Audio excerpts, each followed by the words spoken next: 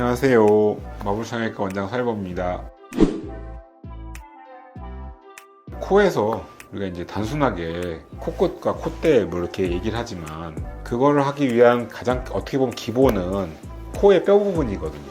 또 하나가 위에서 이렇게 바뀌어도 아래에서 어떻게 바뀌냐가 느낌을 다르게 만들 수 있기 때문에 그거를 조절할 수 있는 거에 대해서 소위 말해서 절골술이라고 하죠. 코뼈 절골술에 대해서 간략하게 설명 한번 드려볼게요. 근데 사실은 수술받는 분들이 절골술에 대해서 상상할 필요가 없어요. 물론 안전하게 그리고 범위도 정확하게 하고 잘 진단을 해서 해야겠지만 절골술을 여기 뭘 다 자르고 어떻게 바꿔놔도 수술 받는 도중에는 모르죠. 그리고 절골술 한다고 해서 아픈 게 아니거든. 한마디로 얘기해서 절골술을 하고 나서 그냥 얘기 안 하고 필요해서 절골술 해놓고 나서 수술이 끝났을 때 친구들이 몰라요.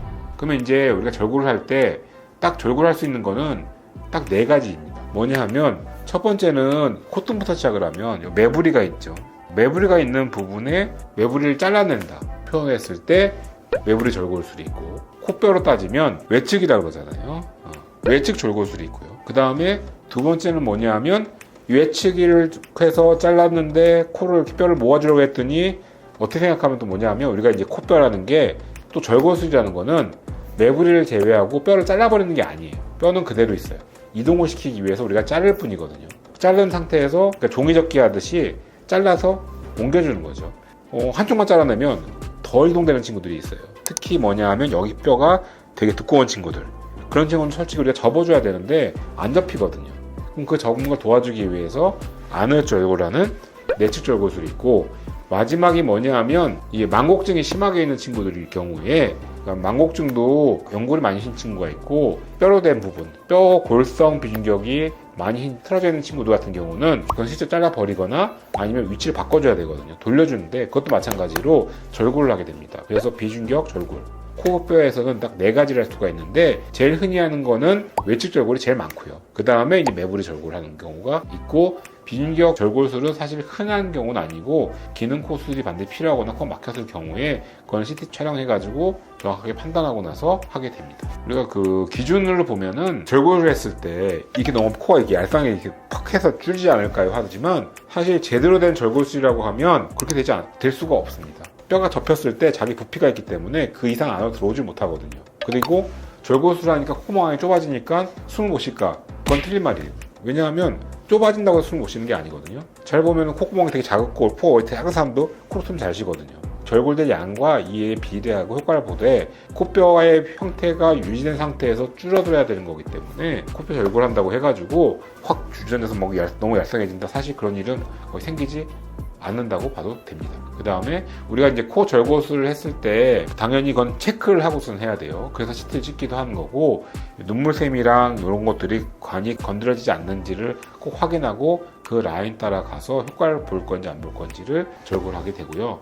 절골술이 많이 도움되는 경우가 뭐냐 하면 콧대를 안 높였는데 나는 콧대가 높아지고 싶어요 했을 때, 결국에 뭐냐 하면 콧대 자체를 강제로 실리콘 안 넣고 높여주려고 하면 코 라인 윤곽이 눈에 띄어야, 쉽게 생각하면 또 반대로 가면 그거거든요.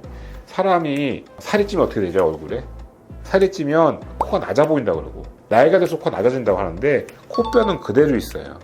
위 뼈의 이 상태에 따라서 느낌이 바뀌는 거거든요. 코뼈의 각도가 바뀌면서 들어가게 되면 이 코선이 선명해지기 때문에, 잘 보면은 코선이 선명할 때는 더 높아 보이는데 이게 선명하지 못하면 팔이 찌면은 불분명해지니까 낮아 보이는 거고, 그런 식으로 변화가 있기 때문에 가장 좋은 포인트가 뭐냐 하면 얄쌍해 보이고 싶을 때도 그렇지만 내가 콧대를 높이지 않고 좀 더 높아 보이고 싶었을 때 그런 느낌, 오똑해 보이는 느낌을 주는다고 했을 때가 가장 정확한 표현인데, 오똑해서 높아 보이는 느낌을 갖고 싶을 때 절골이 도움이 됩니다.